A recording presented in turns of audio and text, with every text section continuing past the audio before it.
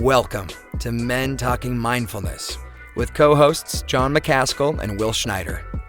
Each week, we take an authentic dive into how mindfulness continually impacts our lives, deepens our relationships, and allows us to be emotionally alive. We filter all of our conversations through the man box, where we unpack how as men we are expected to act in society, how fighting the authentic human experience is exhausting and damaging, and how mindfulness can help. Now, on to the show.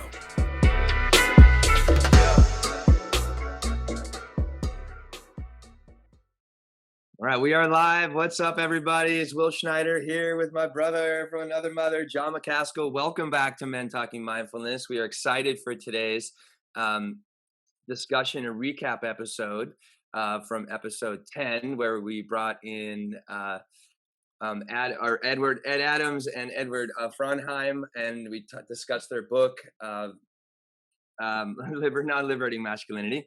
I'm getting nervous today, John. I don't know why. Where we talked about reinventing masculinity, and we began to break down confined masculinity, what it is, liberating masculinity, what it is, and how they differ, and what we can do about, and how we can implement them in our lives. So today we're going to recap, go through some of the comments, talk about a lot of those comments, and address them. And we actually invite you, anybody that's listening live now, please share your comments with the show. We'd love to hear, your thoughts, and maybe you had a moment this past week to reflect back on the discussion, or maybe you listened to it, and now you're joining us live today. So please, this is a growing discussion. This is growing ideas that we're bringing into Men Talking Mindfulness. We really love your participation because you keep the show alive and fresh. And and this is really in service to you. And John and I love doing it. So just a quick, we have a sponsor for our show. It's Naked Warrior Recovery Supplements. This is Naked Warrior Recovery is a service-disabled, veteran-owned and operated supplement company owned by a Navy SEAL. These supplements range from super greens for energy and recovery to broad-spectrum CBD products to immune defense products as well. So John's going to throw that the link into the live feed here, that you can pick it up. If you use code MTM 2021. That's MTM 2021. You get 20% off of any product you buy from Naked Warrior Recovery. So John, I kick it over to you. Good to see you today. Thanks for being here, and let's kick off the show. Yeah, man. Well, you too. Good to see you too. Definitely, I'm going to stop sharing the screen here so you can see our faces, or at least Will's pretty face. So yeah, great to be here with you. Had a great conversation last week with Ed, and look forward to both recapping that and also going a little bit deeper than we were able to go last week. Had such a great conversation, but only an hour was not long enough to really dig into this book. So again, for those tuning in, Reinventing Masculinity, The Liberating Power of Compassion and Connection by Ed Adams and Ed Frauenheim. And the way that we normally kick these shows off, if you're tuning in for the first time, is either Will or myself will lead a grounding practice and at the beginning of the show, then we'll do a kind of grounding practice at the end of the show. And we also touch on the mindful moments for the week. So I'll kick off the grounding practice for this week.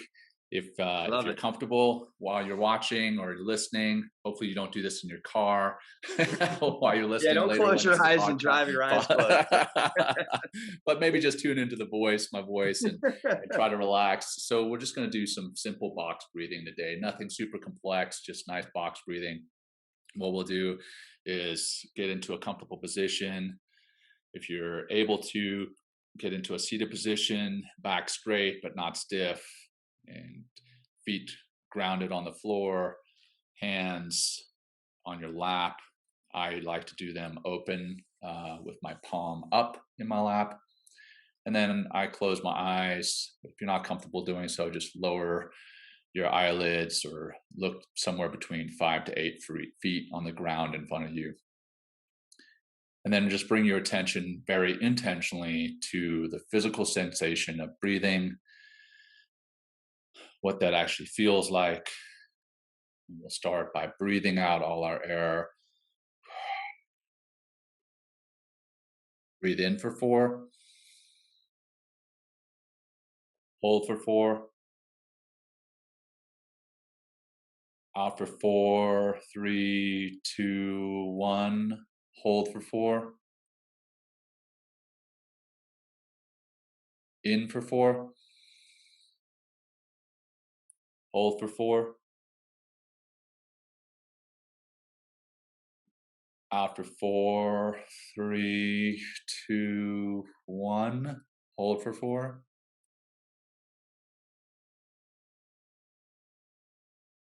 In for 4. Hold for 4. Out for 4, bringing your navel to your spine, breathing all that out. Hold for 4.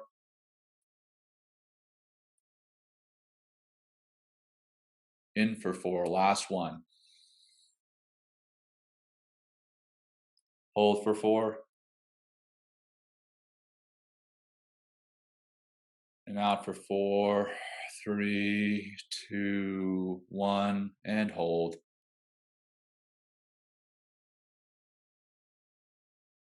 And now just breathe naturally.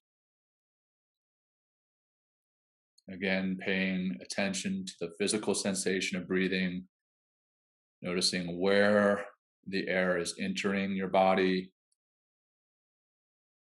as you breathe in, and where it is leaving your body as you breathe out. Then we'll begin to come out of the practice, slowly bringing your attention to your full body, and then slowly opening your eyes or refocusing your gaze and bringing your attention back into the full space where we are, where you are, everything surrounding you.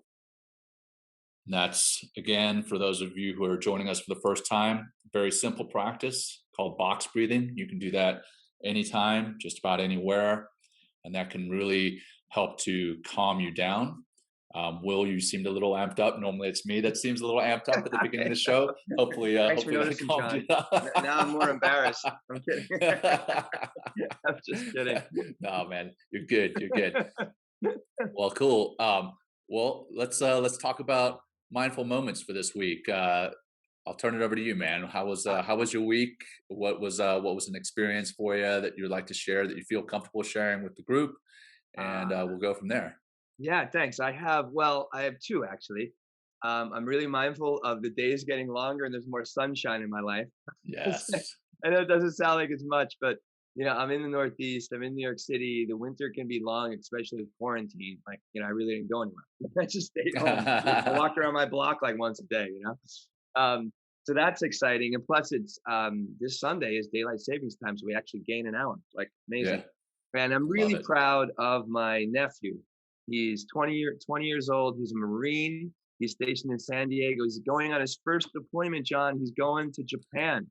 Right First time on. he's leaving the country at 20 years old. So, I mean, a big shout out to my wonderful, loving, incredible young man person, Andrew William Schneider. So just a big shout out to my nephew. I'm really proud that he's a Marine. I love that he's a Marine, and he's also going overseas. So, and I just love the kid so much. I just want to, I'm very mindful of him taking another step in his life. So that's really beautiful today.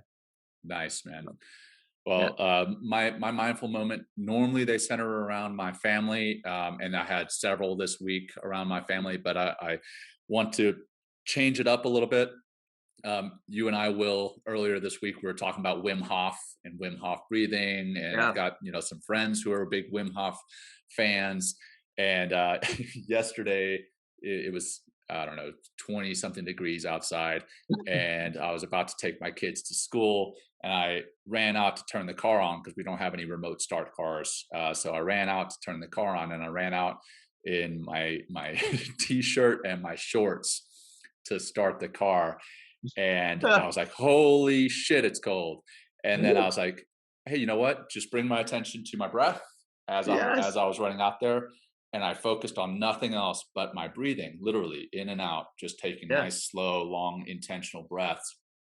And it was pretty amazing to watch how that changed how I perceived the cold. And Wow. normally I would have Yeah. sprinted back from the cars back into inside, but what I did is I intentionally walked very slowly, and Yes. I forgot to add that I was barefoot, which was probably stupid, but I was barefoot, and It I was like, toughens you okay, up, John. It really does. It it toughens you does up. toughens you up, which is what we're here to talk about, how to Yeah, toughen ourselves exactly. up. So anyway, that was my kind of different mindful moment for the week, rather than continually talking about my family, although it kind of had to do with my family. It wasn't exactly related. So that was my mindful moment for the week, man. Yes. So getting into the show here, what we talked about again last week was this book, Reinventing Masculinity, with Ed Frauenheim and Ed Adams. Mm, And what I want to do, kicking the show off this week, is redefining the terms that they used in the book: yeah. confined masculinity and liberating masculinity.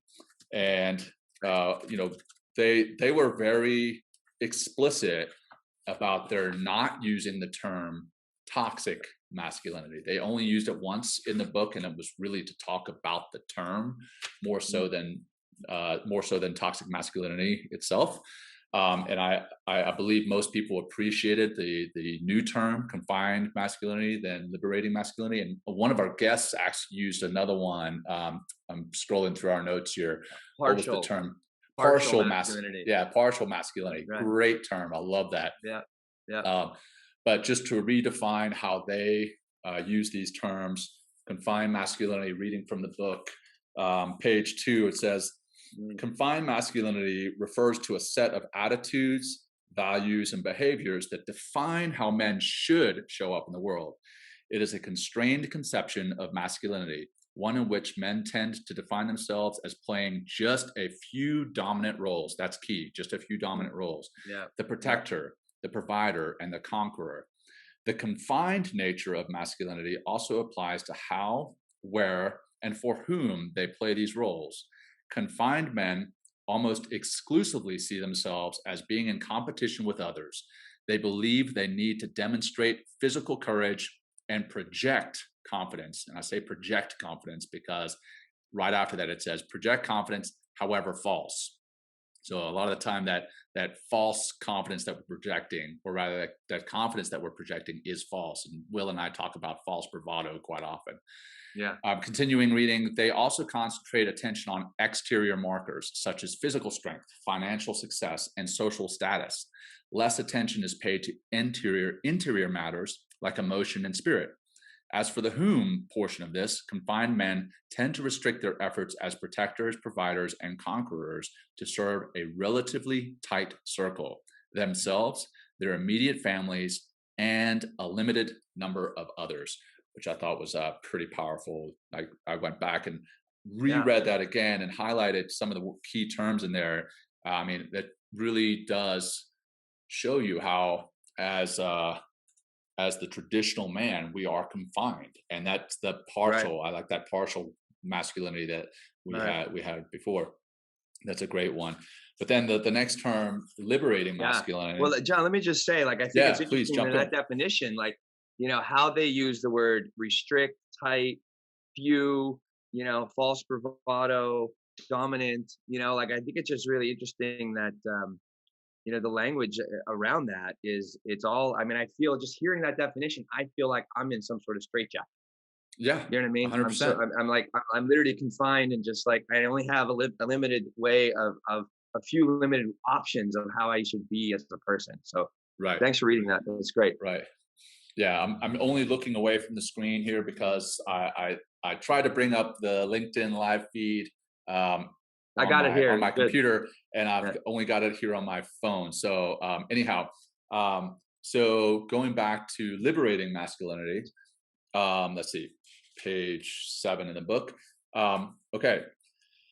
Thankfully, such a manhood is emerging on the opposite end of the spectrum from confined masculinity is what we call liberating masculinity. I'm going to skip down and then I'll come back up to that rest of that paragraph here. Liberating masculinity is a version of masculinity that releases men from the limiting, damaging, counterproductive bonds of traditional views of manhood. It enables men to embody many archetypal roles, extending beyond the conventional provider and protector roles to others such as healer, artist, lover, and spiritual seeker. A man operating from liberating masculinity also has a broader understanding of how to perform these multiple roles. I Mm, thought that was awesome. And then taking it one step further, they talk about liberating, the term liberating, working both inwardly and outwardly. The first is the sense that men are free to live bigger, fuller, more imaginative lives. The mm, second is that this is a masculinity that involves freeing of others. So inwardly, it's liberating for ourselves, and then yeah, outwardly, by living that liberating masculinity, it allows us to free others around us and not judge them. So I thought right. those were key terms that needed to be redefined in this episode, and then gone a little further into depth. So yeah, what are your thoughts, man, on liberating and confined masculinity just as a whole, and then we can get more into a little bit more of the show last week and some of the comments and Yeah, questions. um, yeah, I feel when you read that, the liberating masculinity, it feels, it just feels liberating. It feels more holistic. It feels more natural in a lot of ways. And then, but it also makes me reflect immediately on confined masculinity and how incredibly restrictive it is, and the emotions that come up with it. In confined men, and I've been that confined man, for probably the first 25 years of my life in a lot of ways, or maybe the first 30 years of my life, and I've been breaking free of that. I'm 48 now. So I understand that person, and that kind of man, and I know the feelings I would typically have would be, that always wanting to be in control. There's always like a subtle like undercurrent of shame or something like that, because there's a lot of frustration and anger because I wasn't really able to express myself the way I wanted to, whether it's verbally, whether it's being that artist or being that healer, or embodying some other type of archetype that they say in liberating masculinity. And it just it's nice to have these terms, but to get into the feeling, that kind of what drives and what actually comes to the surface in the experience of a man who is confined versus someone that's more liberating. A liberating man, it's like they are open to more ideas. That means they're open to more people. They're probably a hell of a lot more less judgmental of other people. That's another thing that can find masculine. So much judgment. It's like you're Yeah, always like telling everyone what to do or how they should be, or because you're always trying to be in control. Because if you see somebody else, step out of the conformity, it's like it's jolting. It's like, whoa, whoa, whoa, he can't do that because I can't do that. right, So right. those are some of my thoughts there, John. And I can see how those feelings, and we talked about that shame loop when Ed and Ed were on, how that kind of keeps us in this confined, mental, emotional, and physical state of like that, coming back to that defensive crouch, and the world is always being perceived as a threat, and we must defend ourselves in every single situation, even when 99.9% of the time there is no threat. Right, So, right. but Yeah. what are your thoughts, John? Well, what I thought was really interesting was, reading the book towards the end. I believe it's Ed Frauenheim speaking in the book, and he talks about, this is a constant. Um, I don't want to call it a battle. I'm going to misquote him, but basically the fact that we, because we were raised in a certain way, uh, because we were basically raised under confined masculinity, that often we default back to that, Yeah. even though we may have been made aware by reading this book and reading some of the other books that we've read about these other aspects of masculinity that could be confining, could be perceived as toxic. We sometimes default to that, and I found myself Mhm. even defaulting to that um, in our episode last week, as some Wow. people were making some comments that were somewhat inflammatory. I wanted to jump on there and comment back as this confined man or this toxic man and be like, "Look, mf'er," Mm. and like I wanted to go through the internet and beat them up. But then by being that way, I was in fact defaulting to the confined masculine aspects of masculinity, Yeah. or the toxic aspects of masculinity. Um, Yeah. but that's again part of that is actually been ingrained in me because of how society has brought us up, how our families have brought us up, and I am trying now to be better, but I do have a natural default that I go back to. Yeah. Or it's actually not a natural default, but it's the default that's been ingrained in me. Yeah, it's That early yeah, programming, right? It's yeah, early, it's the early early programming. programming from Yep, dad, from uncles, from friends and, coaches, totally. like this is all like I I really don't know, John, of any situation and culture that I've really been in, except the theater world. I gotta say the theater world, because I was in theater and film for a while, has like more of a expression to it. I think that's why I was drawn to it because I was kind of tired of that confined like there's only like can only be four things or or like Yeah, or five different ways of expressing yourself and that's it. And God forbid if you don't because you'll be called gay or you'll be called shamed in some way or it's like right. crazy. But yeah, I forgot where else is going with that. But All good, man. yeah, it's just like Well, there's not like there's not a lot of opportunities out there to and it's funny. I know when I have experienced people that instead of like thinking of my basketball days, instead of people yelling at me for doing wrong and like get back in line and why'd you mess up, where actually coaches take the time. It's like, hey, let me show you. Like let me teach you. Those are the coaches that and the people in my life that I wanted to really be around much more because I wasn't feeling shamed. I wasn't feeling like right, crap. I was right. actually being nurtured as a young man in order to do better and succeed in what I was passionate about. Yeah, and So that comes full circle to our episode 2 weeks ago, leaders versus bosses, bosses versus yeah, leaders. Who yeah, do you want to work for? You want to work for yeah, somebody who is going to be compassionate, empathetic, and caring, right, and mentoring, and that those are the aspects that we can find in masculinity. Those are good aspects of masculinity or femininity. Those can be on either side of the spectrum, but that's yeah, definitely sides that we need to work more at as men, I believe. yeah, Which I do want to I want to highlight. Several of our episodes in the past month have been on aspects of masculinity that may be perceived as negative. I want to make mhm, sure we're not, we as men are not perceived as men talking mindfulness, the man bashing show, right? yeah, There's definitely great things about masculinity, yeah, that we celebrate. And as a matter of fact, in Reinventing Masculinity, they also talk about the good things that have actually ironically come from confined mhm, masculinity, that confined yeah, masculinity driving the desire to compete because there's a thought of scarcity or a feeling of scarcity rather than abundance. mhm, But yeah, that has generated great wealth. It's created these amazing products, created a technology that's enhanced human well-being. It's built, I think the term was built soaring cathedrals, helped send men to the moon. But right, then it talked about the fact that it's done all that has created all these amazing things. But in that, we end up treating life and we end up treating work as a thing. We end up right, treating yeah, work and life transactional, as machines. Yeah, very transactional. Um, right, and work.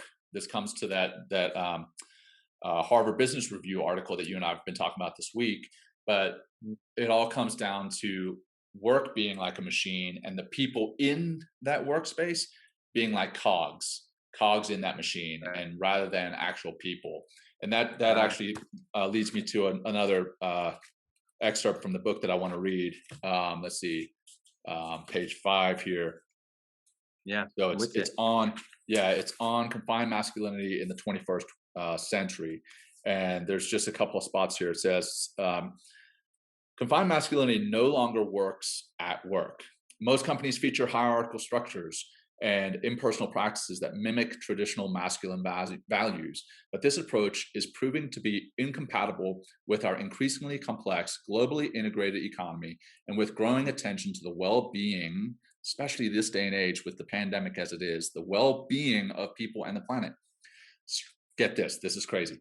Stressful, toxic workplaces contribute to some 120,000 premature deaths a year, and the average Wow. company operates at just a fraction of its potential to innovate and grow.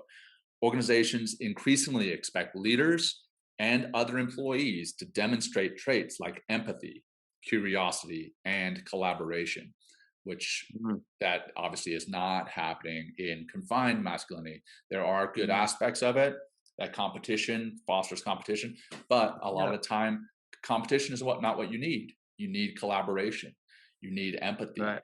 and Right. that's where confined masculinity is faltering in the workplace, but not only in the workplace, in society writ large.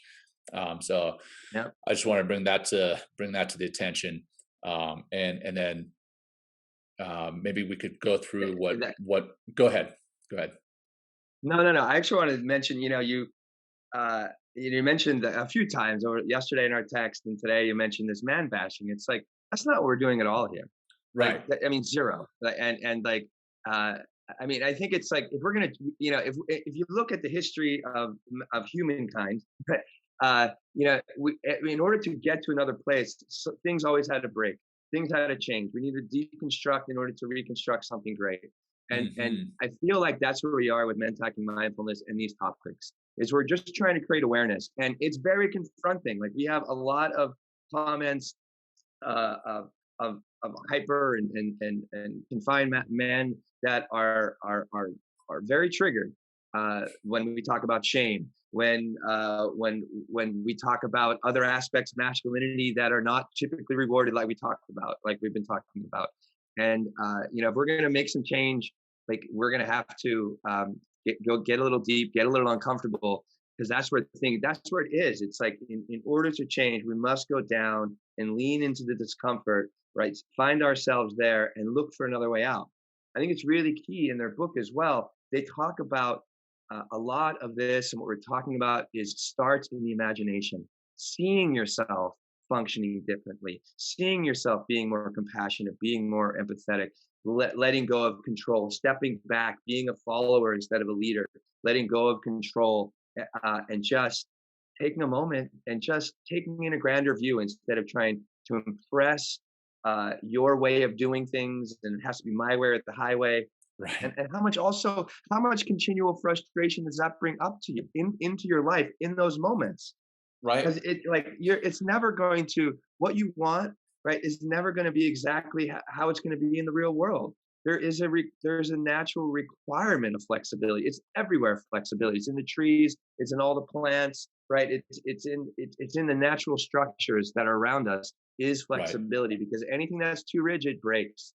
And we're breaking this idea of confined masculinity and starting to create something and imagine something, and creating more images in people's minds, and men and women out there, of how we can be. And we're also helping, John, I feel a lot, people understanding like what it takes to be successful. That's really what the prescription is, I feel, of bringing these two types of masculinity up. It's like, if you want to be more successful, and not just more wealthy or make more money, or have more success in your job in some ways, but also more successful in your relationships, to yourself, to other people, to the planet.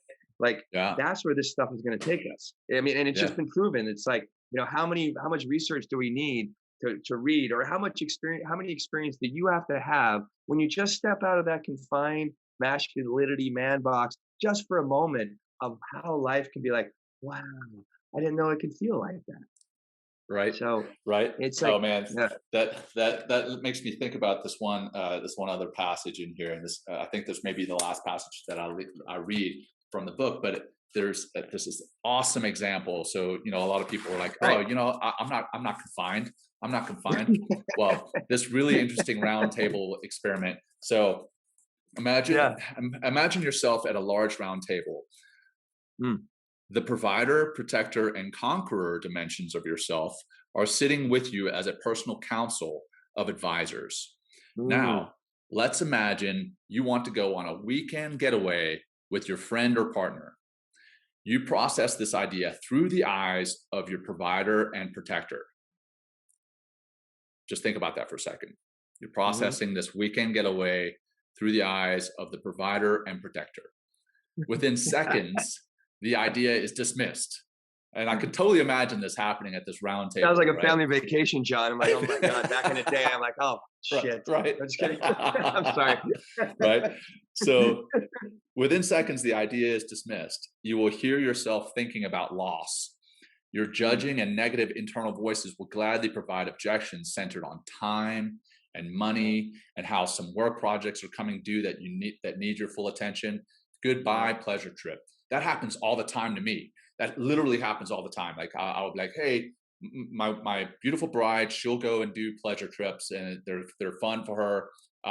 But rarely will she think about the impacts. On the flip side, as soon as I think about a pleasure trip, I'm like, oh, that's going to cost me money.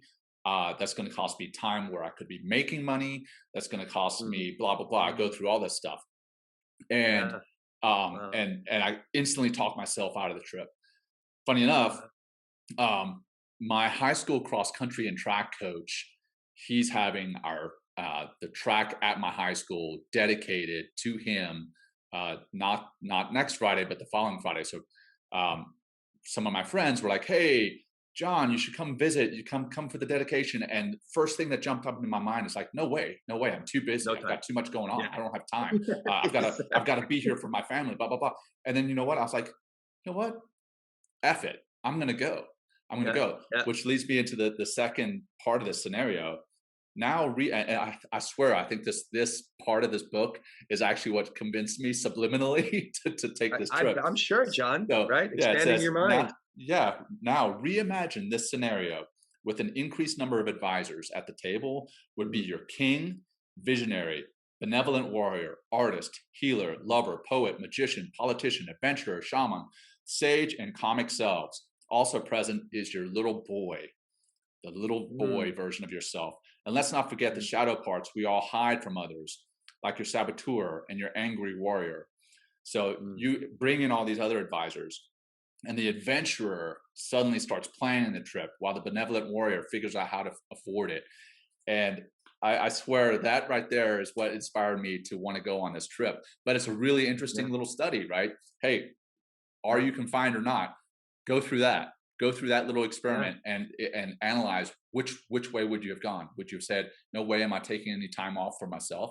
And who knows, you may come back from that trip recharged and be better at that provider, be better at that protector.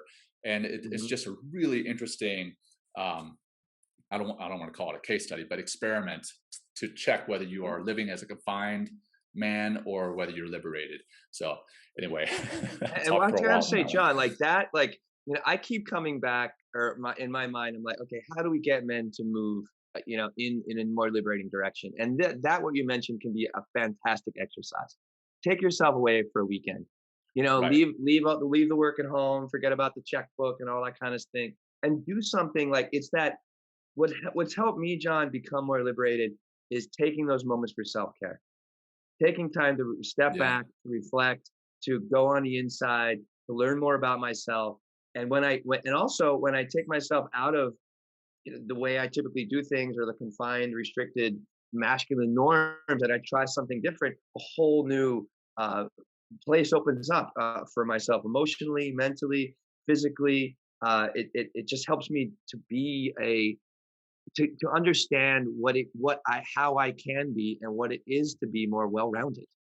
Right. You know, like, I think that would be a great, I mean, so I challenge anybody, and please send send us a message when you do so. But why don't you take like 3 days and just go off the beaten path and do something fun for yourself you've always wanted to do? I mean, like, you know, take that trip, go on that hike, like call your buddy and go fishing with them and be like, forget about the business, forget about this. It's like, and John, you brought up a really great point. Every time I take some time away from, you know, what I'm doing in New York and the life that I have, I always come back with, I'm more recharged. I have a new set of eyes.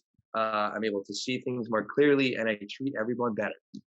Right. So, oh yeah, absolutely, including yourself. Yeah, exactly. That's where it all starts, right? Yeah. I'm not beating myself up as much. I'm not going to beat everybody else up. Right. Yeah, it's pretty wild, man. So if you're watching, I encourage you to go through that experiment and see where you are. Love to. We got a comment here. The danger is one might not come back. Well, That's true. maybe That's you true. shouldn't. Maybe you shouldn't, because if you don't feel like Yeah. coming back, then maybe you should reevaluate. True. True. Yeah. So yeah. Great point. Man. So let's now that we just caught that comment that just came in, let's go back to some of the comments that we did have come in last week, and Yeah. address some of those. And you mentioned some of them were definitely triggered. I don't want to get into the specific comments if they were triggered, but there were definitely some that mention of cream puffs, the fact that navel gazers, hey, Weak-wristed. weak wristed. So Beta males. Like, I'm just yeah. saying, these are the Yep. things, like, and let me just jump in with this, John, really Go for quick. it. It's Go like, for it. it's like, this is confined masculinity, a confined man, right, who has the opportunity 100% to be more liberating, and to shift into that liberating masculinity. That they're just triggered because it's like, again, it's like, well, I if they're like that, then how can I be like that? If somebody else is like that, you got to pull them back. So here we are Right. having this conversation, talking about different options and different ways of living, and living more happily and healthily. And I'm not surprised that, but I think it's also interesting, John, that these men are still in this discussion and commenting more than once, because there's the part of Irony. them. It's like the confined masculinity is there, but I feel that their heart and their ears are like yearning for something more. We do have this heart. It's almost like another brain of ours. And it's just like, wait, there's something to that. I know it because there's definitely some truth there. And our heart is always attuned to truth, and it's Right. listening and it's listening, but like, and then the confined part is like this war on the inside, and they're just bringing that war right into our feed, or into our comments. And I Right. really appreciate them, because this is, like that whole idea of us like shifting consciousness here. And that's what I want to help people do with the show. Very much Yeah. so. Yeah. Um, Oh, absolutely. I mean, and that is the point of our show, right? right. It's certainly not to man bash, but it is No, to no, it's help not. We're not people even doing that. Yeah. expand their awareness, Right. expand their consciousness, and ultimately live happier and healthier, more fulfilling lives, and help those around them live happier and healthier, more fulfilling lives. Exactly. So I think that's the key that we want to make sure we highlight. Um, Yeah. and then some of the positive comments that we got, we already mentioned the one term, the partial masculinity, Yeah. which I think is fantastic. We talk about Russ just says right here, he goes, Russ in our comments, sorry to cut you off, he goes, I yeah, suggest go for it. reading Wild at Heart Oh by yeah, John Eldridge, Discovering the Secret of a Man's Soul. So thank you, Ross, for that. We're yeah, live right now. Will at definitely. Heart. So pick up that book. Maybe someone wants to drop that in the feed here, would be helpful. Put it in the Yeah. comment box. Next But I'm time sorry, next John. time you chat, man. Next time you're talking, I'll try to drop that in the Okay. Yeah. comments. Yeah. But yeah, so let's see. We talked about thanks for sharing. Amazing how many are stuck in their ways and not open to new concepts and or ideas. Right. And then the funny part of that comment is, I thought in the military we were taught how to adapt to things. Funny enough, Right. we're taught in the military how to adapt to a whole lot of things, but then there's rules, regulations that constrict us, and it also constricts the way we think. Right. I think now the military is getting better about being innovative and thinking outside the box. Everybody thinks that the military is the most innovative uh, thing in the world, but I could tell you there's a lot of closed-minded, in the box thinking, Yeah. and then talking about in the box, there's a lot of in the man box thinking as well, Yeah. which is part of that confined masculinity. Um, Another thing yeah, that came up, anything John, during our for it. comments is generational in some ways.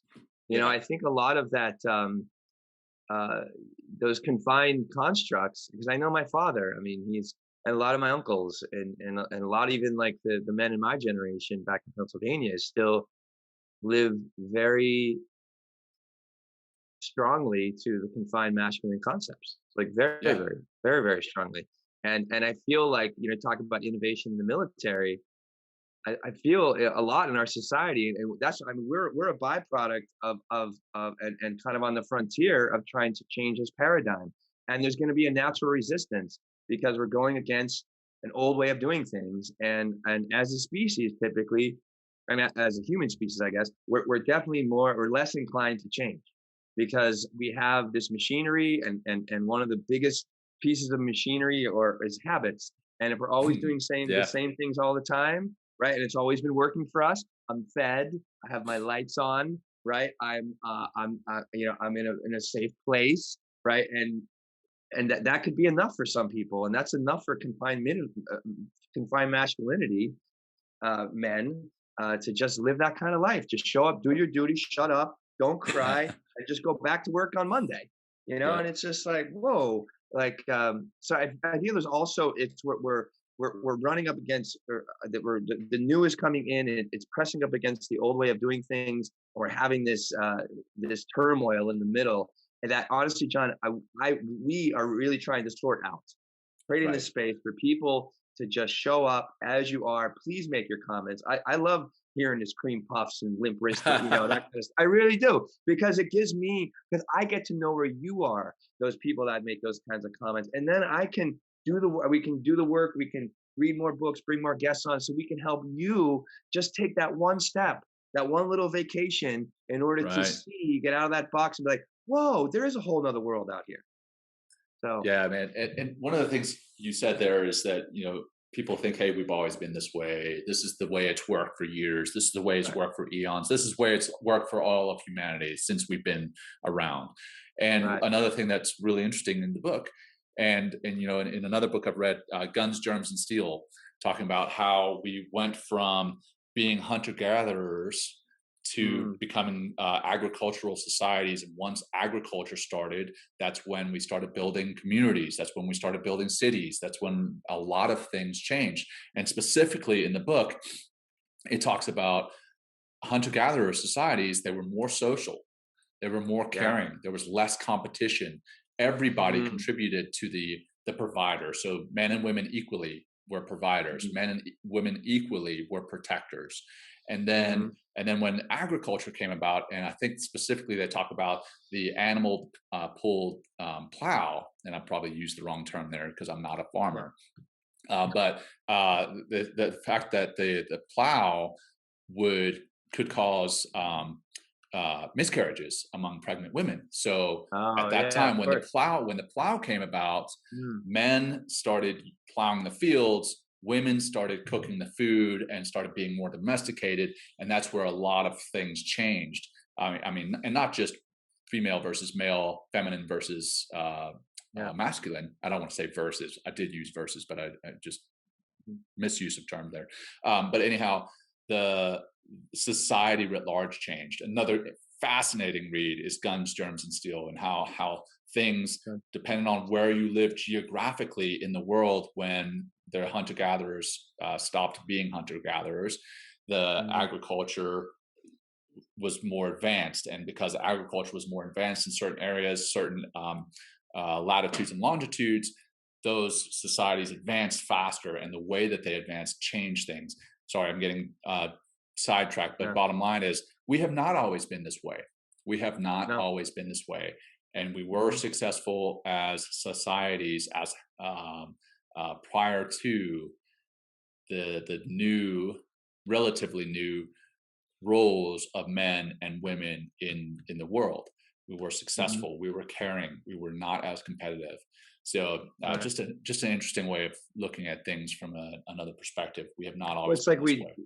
we domesticated animals, and then we started domesticate women, or something like that. Oh, Is seeming like, wow. is kind of Yeah. like, I mean, I'm just saying, it's like now we have all our roles, because like, because we at that time in our history, like, we were just trying to survive, and then we found a way to survive. Right. Agricultural crops, and water, in order to water those crops, and then animals as well, and then life just got easier, like a little bit easier. So then we started getting stupid, I guess. Or it's like, in a sense of, uh, you know, and this kind of segues. Another thing I want to talk about is just like alpha and beta male. Like, people are Yeah. making comments about beta males. It's like, it's we need both. I feel like a yin and yang, or I think what I'll Yeah. say as a liberating man, yin and yang between beta and male and alpha, because you have to, like, if you want to be a great leader, you should be a wonderful follower. Like, that's like, they Yeah. talk about that in Confucianism. If you want to be a great leader, learn how to be an incredible follower. And if it wasn't for like the men that are considered beta men, we wouldn't have electricity, we wouldn't have the internet, we wouldn't have the telephone, we wouldn't have like Google, we wouldn't have the iPhone. We wouldn't, because these are men that are considered geeks, right? Not Right. strong, don't have this physical prowess. But like, I mean, we wouldn't be communicating right now if it wasn't for some, or what men might, or some other men might consider True. like beta males right now, because like, that's not my skills, but Right. it's And somebody yeah, I mean, else's, we and I need can both. respect Like you that. said, we need both. Exactly. Like, Yep. sure, we may not have a lot of this technology if it weren't for the beta male or the beta person. It's not just a male, but Yeah. True. beta dog. Let's say the beta dog, Yeah. right? Exactly. But at the same time, like I'm looking out the window here and I see these streets that are paved and the buildings that are built, and a lot of those were probably built by alpha males. And I'm Right. thankful for it. I'm thankful that I'm sitting in a building Yeah, like, there's that like is guys in my heated. street right now putting a water Yeah, main. Like, they're right. like backhoes, trucks, sand, Yeah, like and boards and stuff. Yeah. there's nothing against that. I have nothing No. against either side. I mean, hell, I consider myself an alpha male. Yeah. I'm thankful Me for the too. beta males, Yeah. and I'm also thankful for my other alpha males. But you're Yeah. right. There it is, that yin and yang, where I think we need both, and we can work together. Which actually brings me to the real crux of reinventing masculinity, are the Mm. 5 C's, and we went through this Oh last yeah. week. But Yeah. I want to rehash it for those who may not have listened last week, may not have tuned in last week. But the Yeah. 5 C's and why they're so important. 5 C's are curiosity. Curiosity is asking questions and wondering, especially about Mhm. whether there's more to life, and if there's a better way than the traditional combined man rules allow. The next Yeah. C is courage. Courage is Mhm. challenging the subjective fears and social constraints that prevent us from expressing our multiple dimensions as men, not just the provider and protector. Right. Compassion is the next C. So, number 3, compassion is opening Mhm. ourselves to suffering and disappointment within ourselves and others. Next Mhm. one is connection. And this one I think is where men struggle a lot. This one and Yeah. compassion both, Yeah. is noticing the interdependence of living systems and cultivating healthier bonds with people and the planet. And another book that right now, connection, it's highlighting to me. Another book that I'm reading right now is The One Thing. Oh I'm yeah. I've read rereading it. that book. Yeah, it's Yeah. phenomenal. But something Right. that jumps out at me is nobody has ever been successful on their own. Nobody has No. ever been successful on their own. There's Yeah. always been a mentor, there's been a fellow leader or Yeah. somebody that you can lean on. Connection Yeah. is incredibly important to being successful. So that's key. And then commitment. Commitment is persisting in the work to expand gender roles in favor of a liberating, powerful masculinity that works for all. Works for all. And Yeah. I think that's Yeah. that's the important piece, is that a lot of the comments that came in last week or on some of our past episodes that were about the other side of things. Hey, some of them were great, but some of them were inflammatory. And if you look Yeah. at the way that they said things, it does not work for all. And that's where the liberating Right. masculinity, it's liberating internally for each individual man, but it's also liberating externally for society as a whole. And I think that's the important aspect, Yeah. that Very much so. a lot of people miss. So those are the 5 C's: curiosity, courage, compassion, connection, and commitment. So I I think it's like, and like these comments we keep coming back to, John, like the inflammatory ones, like, I'm compassionate about them too. Because like, yeah, literally, like, I know that man, because I was that man, and I have very close men to me that are still like that. And I'm like, right, okay, great. So what do we do? And this is what the 5 C's are all about. The 5 C's are the is the bridge between confined yeah, masculinity, taking that walk, right, into liberating masculinity. And it can start very small and very simple. We talked about that little, self-care vacation, if you want, but just even like, and it could be connection. You mentioned, John, and they talked about, we talked about this last Friday with Ed and Ed here, is hard for men to just kind of reach out and call an old friend. This is, we had a comment. It's like the fear of vulnerability still stuck from the past to admit that we need friends was a comment from last week. The Yeah. vulnerability to be like, oh, I would just like to have a friend, or I should really call that person. And how does Right. that continually get in the way? And maybe a step like that, calling somebody you haven't talked to in a year or 2 or 3 years or something like that, it might be a little bit too much for you. But that doesn't mean that you can't get curious, right? And maybe read the book, right? And I'm not like Yeah. plugging the book. I mean, or it's Well, like, I'll plug it. I'll plug it. yeah, I mean, yeah, it's a yeah, great yeah, read, I and know, right? We are plugging and the what's book, funny, right? yeah, Yeah, and we are plugging it, and what's funny yeah, is there. What I did really appreciate was some of the comments last week, both on this show and some of our posts in regards to this show. There were some people that commented, but then they were open to it. I was like, hey, give the yeah, book a read, and some of them ordered it, yeah, and some of them were like, hey, yeah, this is mind blowing stuff. And that's yeah, where you need to be, that curiosity and having the courage to expand your yes, awareness. And I yeah. That's love such a that. big That was one. one aspect of the Yeah, conversations and the comments that were like was yeah. positive. John, it's like, are you brave enough to read the book? Like, are Yeah. you man enough to read this book? Right. Which isn't Right. going to battle you. It's not going to hurt you. It's just a bunch of paper. Yeah. Some words on it. Like, are you man enough to read the book? I mean, I hate to be like, oh, I'm getting all toxic or confined right now, calling, calling men out for this. But it's like, but literally, it's like, what does it hurt to just to read? You know what? Also, and it's on our site. Um, uh, Ed and Ed offered the first chapter for free. For Yeah. free. You go to mentalkingmindfulness.com/resources, right? And I have it on the bottom of the page there. And you can read the first chapter for absolutely free. No That's commitment, no awesome. obligation. And then let us know what you think about it.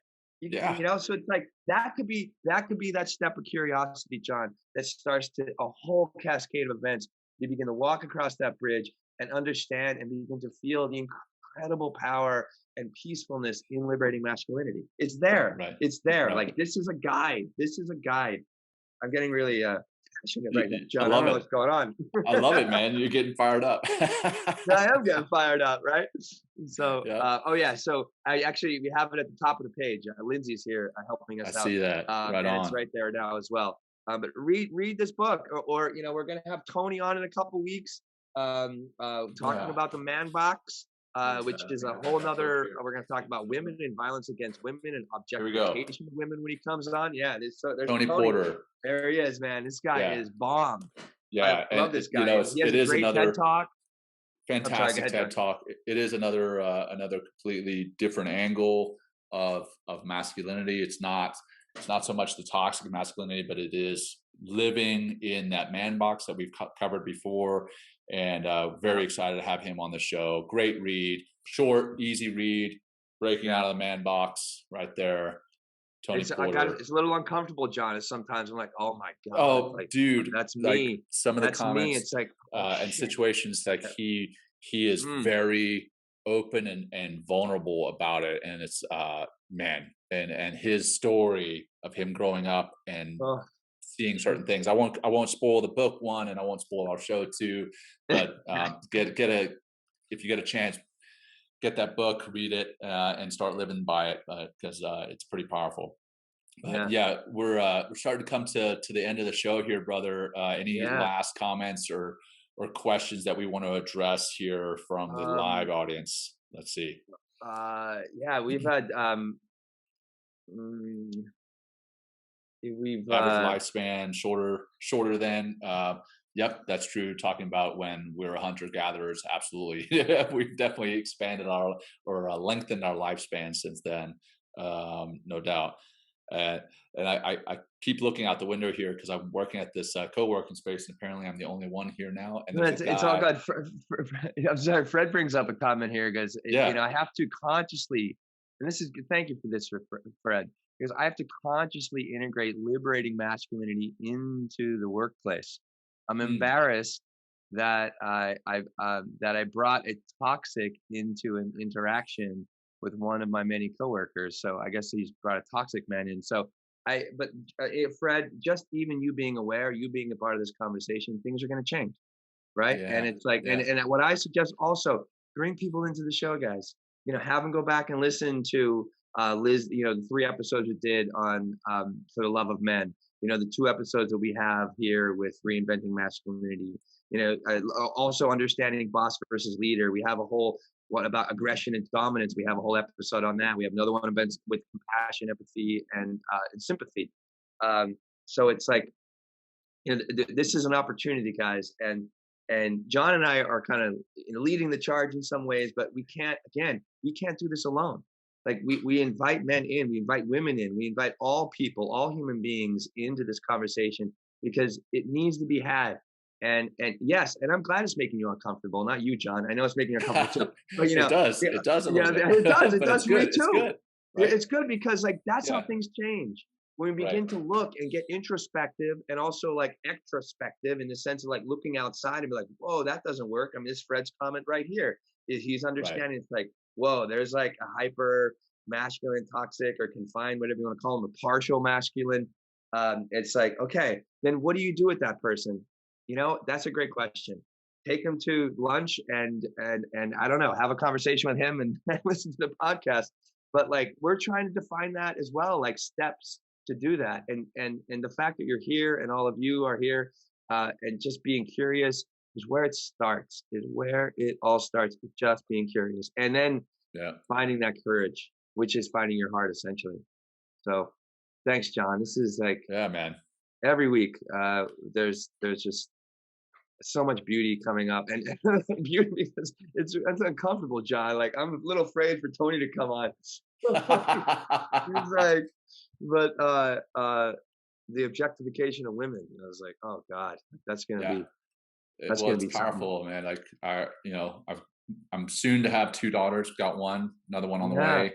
Obviously married to my wife, who I very much love. Got 3 older sisters, and my mom. A right. lot of women in my life, just in my Yeah, family, and then I've got yeah, a lot of women friends, colleagues, coworkers, and um, I am much like Tony in that at one time in my life when I was younger and dumber for sure. yeah, There, yeah. there Or just was there was ignorant, right? ignorant. There was definitely an objectification that was happening, and for that I'm eternally sorry. But luckily, I've grown from that, and Yeah, I'm a better man, for a better husband, better father, better son, better brother, um, better friend. better So co-host. Yeah. better co-host. Yeah. So all right, brother, man. I got Yeah. 27 past. We're gonna wrap it Yeah, up no, with a it's all grounding good. practice. Yeah, great, great, great. So good. Again, find that seat, or if you're sitting down, or if you're walking, wherever you're doing at this point, you can always just make contact, interlace your fingers, and maybe put your hand on your chest, or just bring your hand on your belly. And let's start with a nice little exhale out the mouth. Eyes can be closed, or if you're in an active environment, eyes can be open, but you can still breathe. Take a big breath into the nose and exhale out the mouth. Again, inhale really big, bigger, bigger balloon breath in your whole torso. Exhale out. Good. And 2 more. Big breath.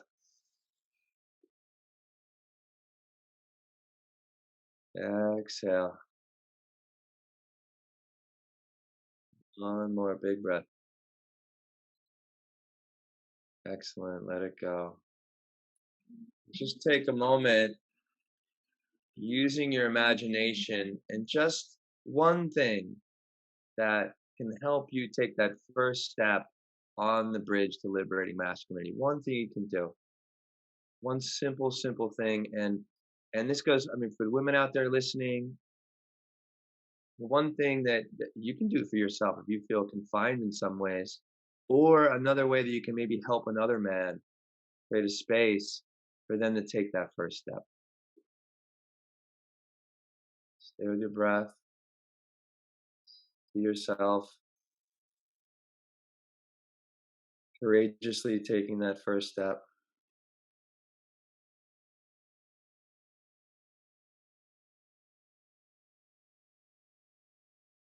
maybe take a moment after the show and write that down, or like take a moment to journal, or you know what, share it with a friend of yours, or a really good friend of yours, and saying like, hey, I need help. One breath to close. Let's start with an exhale.